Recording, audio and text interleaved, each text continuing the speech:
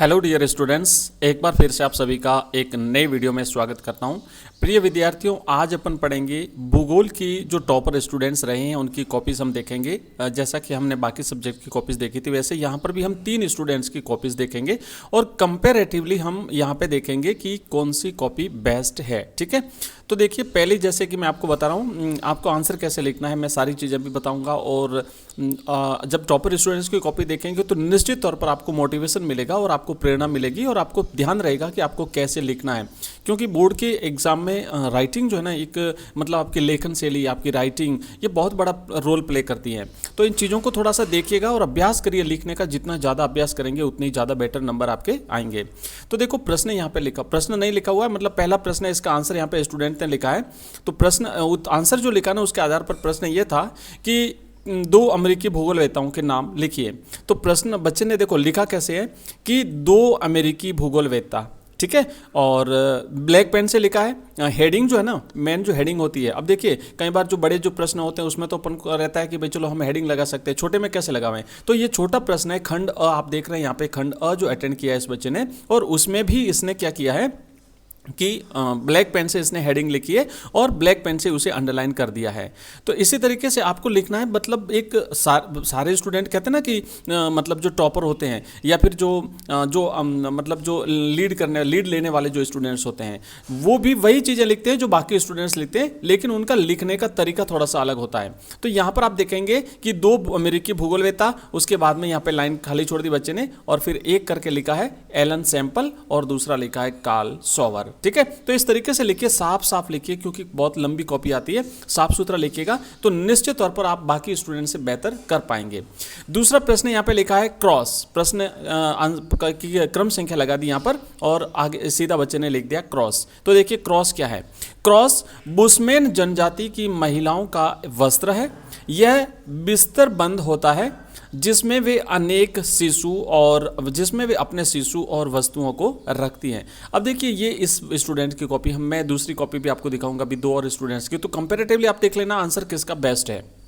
ठीक है, मतलब इस बच्चे की जो है ना लेखन शैली मुझे तो ठीक अच्छी लगी है। आप लोग बताइए कि किसकी बेटर है, क्योंकि पहले बाकी कॉपी देखेंगे तब आपको पता चलेगा। तीसरा प्रश्न है आप्रवास। आप्रवास से क्या तात्पर्य है?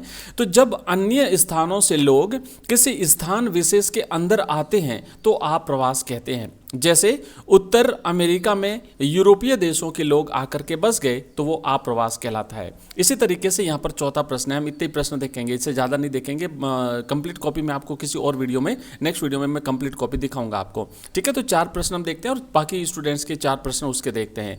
तो लिखा है नेक्स्ट, लिंगानुपात क्या होता है। तो देखो लिखा लिंगानुपात, और आगे लिखा है कि जनसंख्या में स्त्री और पुरुषों की संख्या के अनुपात को लिंगानुपात कहते हैं। ज्ञात कैसे करते हैं, इसका सूत्र लिख दिया। सूत्र करके देखो, स्त्रियों की संख्या अपन पुरुषों की संख्या इंटू 1000। तो इस तरीके से लिंगानुपात ज्ञात किया जाता है। एग्जामिनर ने जो कॉपी चेक की हुई है, आप रेड कलर जो आपको दिख रहा है यहाँ पे, रेड कलर से जो अंडरलाइन किया हुआ है, ये कॉपी चेक की हुई है। और बच्चे ने जो अंडरलाइन किया है वो ब्लैक पेन से किया और हेडिंग भी लिखी है ब्लैक पेन से। तो इस तरीके से आप भी मिनिमम 2 पेन का प्रयोग कर सकते हैं, 2 पेन का यूज करके, और साथ ही साथ इसने हाईलाइट भी किया है। तो अगर आप हाईलाइट नहीं भी करें तो चलेगा, लेकिन आप ना चीजों को एकदम स्पष्ट रूप से दिखाओ कि आप क्या दिखाना चाहते हो, आप क्या लिखना चाहते हो, एग्जामिनर तक उस बात को पहुंचा दो। ठीक है, क्योंकि आपकी कॉपी जाएगी एग्जामिनर के सामने, आप तो नहीं जाओगे, आपकी कॉपी बोलनी चाहिए, आपने जो लिखा है उसको जो है वो एग्जामिनर के सामने वो चीजें जानी चाहिए। चलिए मैं आपको दूसरी कॉपी दिखाता हूं। यहाँ पर एक और स्टूडेंट की आप यहाँ पे देख सकते हैं, सेक्शन ए। यहाँ पे भी इस बच्चे ने भी सेक्शन ए को पहले अटेंड किया है और सेक्शन ए में इसने लिखा है पहला प्रश्न, एलन सैंपल और विडाल डी ब्लास व हम्बोल्ट रीटर प्रमुख अमेरिकी भूगोलवेता थे। पहले प्रश्न का आंसर। ठीक है, आंसर इसका भी ठीक है, लेकिन लिखने का जो तरीका है पहले वाले स्टूडेंट्स का और इस स्टूडेंट्स का, तो कंपैरेटिवली अगर देखा जाए तो पहले वाले बच्चे का थोड़ा सा शैली उसकी जो वो अच्छी थी। ठीक है, दूसरा प्रश्न है बुशमैन स्त्रियां चौगा पहनती हैं जिसे स्थानीय भाषा में क्रॉस कहा जाता है। तो देखो पहले वाली जो कॉपी थी ना, उसमें कुछ एक्स्ट्रा जानकारी मिल रही थी। आप यहाँ पे वापस देखेंगे, जैसे ये दूसरा प्रश्न है कि क्रॉस क्या है, तो क्रॉस बुशमैन जनजाति की महिलाओं का वस्त्र है। यह बिस्तर बंद होता है जिसमें वे अपने शिशु और वस्तुओं को रखती हैं। तो कुछ एक्स्ट्रा जानकारी इस बच्चे ने यहाँ पे प्रोवाइड कराई है। ठीक है, तीसरा प्रश्न देखते हैं आप्रवास। तो यहाँ पर भी इस बच्चे ने भी आप्रवास लिखा है, ब्लैक पेन से इसने लिख दी हेडिंग और नीचे अंडरलाइन कर दिया, लिखा कि प्रवास की वह प्रक्रिया जिसमें किसी क्षेत्र में दूसरे क्षेत्र से जनसंख्या का एक भाग आता है। और फिर उदाहरण, अब देखिए ये जो है ना, जैसे उदाहरण लिखा तो थोड़ा सा अलग हट करके लिखा पहले वाले से, तो ये बेटर है कि राज्य राजस्थान, पंजाब आदि स्थानों से लोग दिल्ली आना, ठीक है। और फिर लिंगानुपात, तो यहाँ पर लिंगानुपात इसने हेडिंग लगा दी, ब्लैक पेन से अंडरलाइन कर दिया। प्रति 1000 पुरुषों पर महिलाओं की संख्या को लिंगानुपात कहते हैं। और सूत्र जो है वो कैसे ज्ञात करते हैं, तो स्त्रियों की संख्या अपन पुरुषों की संख्या इंटू 1000। तो इस तरीके से जो है वो निकाला जाता है लिंगानुपात, ठीक है। और तीसरे स्टूडेंट की मैं आपको कॉपी दिखा देता हूँ, आप यहाँ पे देखेंगे। पहला प्रश्न है कि 2 अमेरिकी भूगोलवेत्ताओं के नाम लिखने हैं, तो लिखा 2 अमेरिकी भूगोलवेत्ता, एलन सैंपल और हंटिंगटन। दूसरा है क्रॉस क्या है, तो क्रॉस बुशमैन महिलाओं द्वारा पहने जाने वाला वस्त्र है, जिसे बिस्तरबंद और वस्त्र दोनों के रूप में पहनती है, इसे चौगा भी कहते हैं। अगला लिखा है कि आप्रवास क्या है, तो आप देख सकते हैं कि बाहरी स्थानों से किसी स्थान या प्रदेश के अंदर आकर बसना आप्रवास कहलाता है।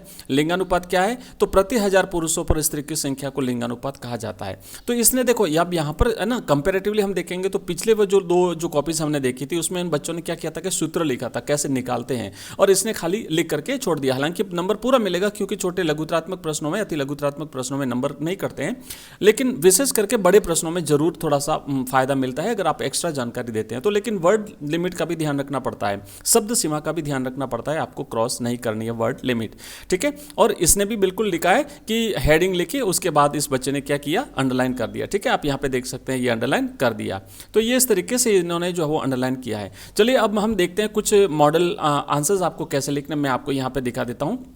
हमने कुछ सिलेक्टेड क्वेश्चंस जो है सिलेक्टेड क्वेश्चन जो है वो ज्योग्राफी के लिए हैं, आपकी परीक्षा में आपकी जरूर हेल्प करेंगे, तो इस वीडियो को कंप्लीट देखिएगा। और अगर आपको और कुछ पूछना चाहते हो तो कमेंट बॉक्स में मुझे कमेंट कर दीजिए, कंप्लीट कॉपीज देखना चाहते हो और किस सब्जेक्ट में आप कॉपीज देखना चाहते हो और क्या चाहते हो, किस टॉपिक पर वीडियो चाहते हो, कैसे प्रश्न आपको चाहिए, वो सारा मुझे कमेंट बॉक्स में कमेंट करके जरूर बता दीजिए ताकि मैं उस पर नेक्स्ट वीडियो बना दूँ। इसके अलावा मैं आपको बता दूँ कि रोजाना शाम को 8 बजे होती है हमारी लाइव क्लास। अगर आप ज्वाइन करना चाहते हैं तो आप शाम को 8 बजे हमारी लाइव क्लास को ज्वाइन कर सकते हैं। उसका नोटिफिकेशन आपको मिलेगा हमारे ऐप में और हमारे टेलीग्राम चैनल में, तो आप हमारा टेलीग्राम चैनल देख सकते हैं। अब यहाँ पे देखिए अति लघुत्रात्मक प्रश्न है, तो यहाँ पर पहला जैसे प्रश्न है मान लिखा है कि भौतिक पर्यावरण के प्रमुख तत्व कौन कौन से हैं। तो भौतिक पर्यावरण के प्रमुख तत्व कौन कौन से हैं, तो यहाँ पे आप दिखेंगे कि भौतिक पर्यावरण के प्रमुख तत्व निम्नलिखित हैं, जैसे भू आकृति, जलवायु, मृदाएं, जल, वनस्पति, प्राकृतिक वनस्पति आदि, ठीक है। तो इस तरीके से आपको आंसर लिखना है। और इसके अलावा बाकी के जो क्वेश्चंस हैं वो हम नेक्स्ट वीडियो में लेंगे। मिलते हैं जल्दी ही नेक्स्ट वीडियो में, तब तक के लिए बाय, धन्यवाद, थैंक यू वेरी मच।